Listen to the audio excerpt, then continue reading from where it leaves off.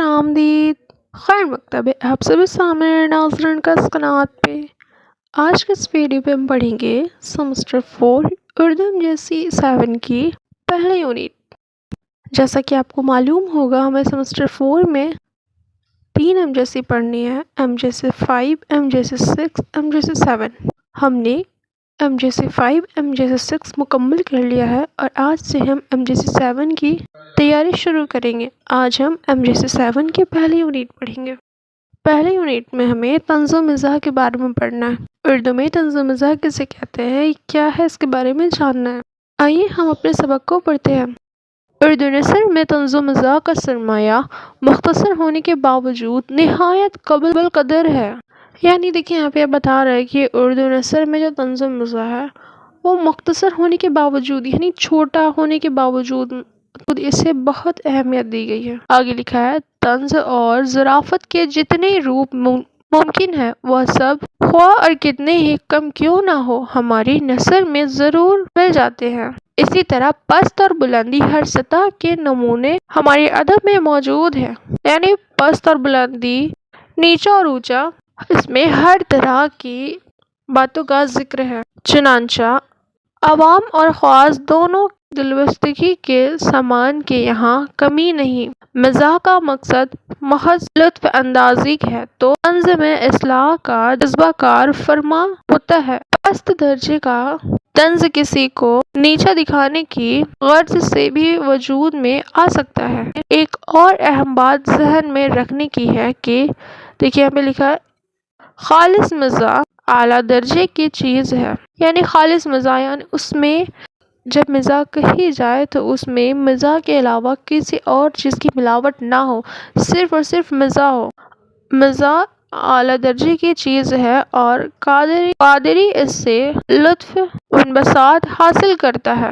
لیکن خاص طنز یعنی وہ طنز جس میں مزاح کی آمیزش نہ ہو، محض دشنام بن کے رہ جاتا ہے۔ آگے لکھا ہے، دراصل انسان ایک ہنسنے والے جانور ہے۔ خدا نے انسان کو کئی نعمتوں سے نوازا ہے۔ ان میں سے ایک قیمتی نعمت ہنسی بھی ہے۔ ہنسی احساس پر برتری کا نتیجہ ہوتی ہے، دوسروں کی کمزوریوں یا اپنی پچھلی کوتاہیوں کے سبب وجود میں آتی ہے۔ دیکھیے یہاں پر ہنسی کے بارے میں دیا ہے کہ خدا نے انسان کو ہنسنے کی قوت دی، اس سے انسان کے اندر کی خوشی ظاہر ہوتی ہے۔ آگے لکھا ہے، مگر شرط یہ ہے کہ وہ کمزوریاں اور کوتاہیوں درد انگیز نہ ہو۔ دراصل ہنسنا اور ہنسانا انسان کی فطرت ہے، چونکہ ہنسی کے ذریعے خوشی پھیلتی ہے اور اس لیے اس کی ضرورت ہر زمانے میں محسوس کی گئی۔ یہ ہنسی کے بارے میں یہاں پہ دیا گیا ہے کہ ہنسی ایک ایسی فطرت ہے انسان کی جس کے ذریعے انسان اگر ہنستا ہے تو اس کے اندر کی غم بھی ہنسی کی وجہ سے کم ہونے لگتی ہے۔ کبھی کبھی ایسا ہوتا ہے کہ ہنسنا نہیں بچائے اگر ہنس دے تو جو اس کا پہلے کا مزاج ہوتا ہے، مزاج میں تبدیلی ہو جاتی ہے۔ آگے لکھا ہے، اور ہنسنے کے نئے نئے طریقے، اور یہ جو ہنسی ہے اس کی کمی ہر وقت ہر زمانے میں محسوس کی گئی ہے کہ ہاں ایسی ہونی چاہیے، طنز و مزاح ہونا چاہیے کہ انسان کے چہرے پہ مسکراہٹ آئے، ہنسی آئے تاکہ وہ اپنا غم بھول پائے۔ آگے لکھا ہے، اور ہنسنے کے نئے نئے طریقے ایجاد ہو۔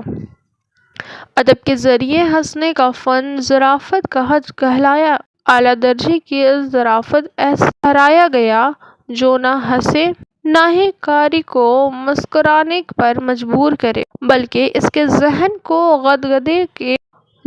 کو گدگدے اور ایک فرحت عطا کرے۔ ظرافت سے سرور و انبساط تو حاصل ہوتی ہی ہے، اس کے علاوہ سماجی خرابیاں بھی منظر عام پر آتی ہیں، اور طنز و مزاح نگار کا ہنسی کے پردے میں یہ مقصد ہوتا ہے کہ ہر قاری کے دل میں بدی سے نفرت پیدا ہو اور اسے دور کرنے کا جذبہ ابھرے۔ اور یہ بات اٹل ہے کہ ظرافت کے پایہ میں کہی گئی بات سنجیدہ نصیحت سے زیادہ اثر کرتی ہے۔ مزاح اور طنز میں فرق کیا ہے کہ دیکھیے یہاں پہ مزاح اور طنز کا فرق بتایا گیا ہے کہ مزاح کا مقصد حصول مسرت کے سوا کچھ نہیں۔ مزاح دراصل زندگی کے مضحک پہلوؤں کی نقاب کشائی کرنے کا نام ہے۔ اس کے برعکس طنز بامقصد ہوتا ہے اور اصلاح اس کا مقصد ہوتا ہے۔ یاد رہے کہ خالص مزاح اعلیٰ درجے کی چیز ہے، قاری اس سے لطف اور خوشی حاصل کرتا ہے، لیکن خاص طنز کی جس میں مزاح کی آمیزش نہ ہو محض دشنام بن کے رہ جاتا ہے۔ اس لیے طنز کے لیے ضروری ہے کہ یہ مزاح سے بیگانہ نہ ہو بلکہ کو نین کو شکل میں ملا کر پیش کرے اور لطیف پرائے میں بیان کرے۔ آگے لکھا ہے، طنز و مزاح کی تاریخ کا جائزہ لیا جائے تو اندازہ ہوتا ہے کہ ہمارے ادب میں اس کی عمر بہت زیادہ نہیں۔ خود ہمارے ادب کی عمر زیادہ لمبی نہیں، لیکن اس کے مقصد اور اس کے معیار کو تنقید کی کڑی سے کڑی کسوٹی پر پرکھا جائے تو یہ اس پر پورا اترتا ہے۔ یعنی دیکھیے طنز و مزاح کی عمر تو زیادہ نہیں ہے، یہاں پہ جس طرح بتایا گیا ہے کہ طنز و مزاح کی عمر جو ہے ہماری تاریخ میں اتنی لمبی نہیں دکھائی گئی ہے، لیکن اس کی جب پرکھا گیا تو وہ پورا اترا۔ اس کے پوری صفتوں کو دیکھنے کے بعد اسے بھی اتنی ہی اہمیت دی گئی جتنی اور باقی فن کو دی جاتی ہے۔ آگے لکھا ہے، اور طنز و ظرافت کے جتنے بھی روپ ممکن ہے وہ سب خواہ کتنے ہی کم کیوں نہ ہو ہماری اردو نثر میں ضرور میں آتے ہیں۔ جہاں تک اردو نثر میں طنز و مزاح کا تعلق ہے تو اس کے دھندلے نقش ہماری اردو کی ابتدائی داستانوں سے ملنا شروع ہو جاتے ہیں۔ اس سلسلے میں جس داستان کی طرف سب سے پہلے ہمارے ذہن منتقل ہوتا ہے وہ میر امین دہلوی کی باغ و بہار ہے، لیکن چونکہ قصے کی سنجیدگی فضا پر غالب آ گئی ہے لہذا ظرافت کے نقش دب کر رہ گئے ہیں۔ اس کے بعد اس سلسلے کی دوسری داستان لکھنوی طرز کی حسین نچوڑ سرور کی فسانہ عجائب ہے۔ اس دور کے بعض دوسری داستانوں مثلا حیدر بخش حیدری کی طوطا کہانی اور حاتم کی الف لیلا کے ترجمے میں مزاح کی ہلکے پھلکے نقش ضرور ملتی ہیں، لیکن ان کا رنگ زیادہ سرخ نہیں۔ دیکھیے طنز و مزاح کا اس سب کہانیوں میں سب داستانوں میں بھی نقش دکھتی ہے، مگر پوری طرح یہ طنز و مزاح نہیں ہے، پر اس میں کچھ جگہوں پر ایسا محسوس کیا جاتا ہے کہ اس میں یہاں پہ طنز و مزاح کے بارے میں دیا ہے۔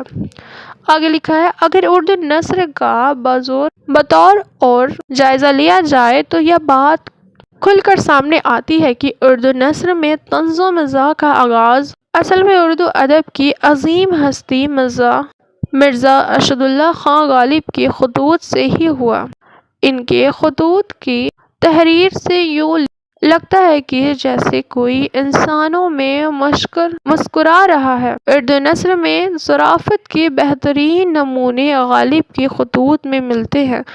ایک نکات کے الفاظ میں انہوں نے پہلی بار ہلکے مزاح کی آمیزش سے وہ دل افروز کیفیت پیدا کر دی جو انگریزی نثر میں ایڈیشن اور اسٹیل کی تحریروں کی رہنمند ہے، لیکن جس کا اردو نثر میں خوش مزاجی غالب کی شخصیت کا بنیادی وصف ہے۔ دل آشائی اور دلجوئی ساری زندگی ان کا سیوا رہا ہے۔ شاعری زندگی ہو یا مکتوب نگاری، ان کی کوشش یہ ہوتی ہے کہ ان کا قلم یا زبان سے کچھ نکلے وہ لوگ کو خوش فراہم کرے۔ آخری ہے، اردو نثر کی چند مشہور مزاح نگاروں میں مرزا فرحت اللہ بیگ، عظیم بیگ چناتی، ملار موزی، پطرس بخاری، رشید احمد صدیقی، شوکت تھانوی، کنہیا لال کپور، کرشن چندر وغیرہ کے نام قابل ذکر ہیں۔ ان مصنفوں نے اپنے اپنے مضامین میں طنز و مزاح کے بہترین نمونے پیش کیے ہیں، جن کی آج اردو نثر رہن منظر ہے۔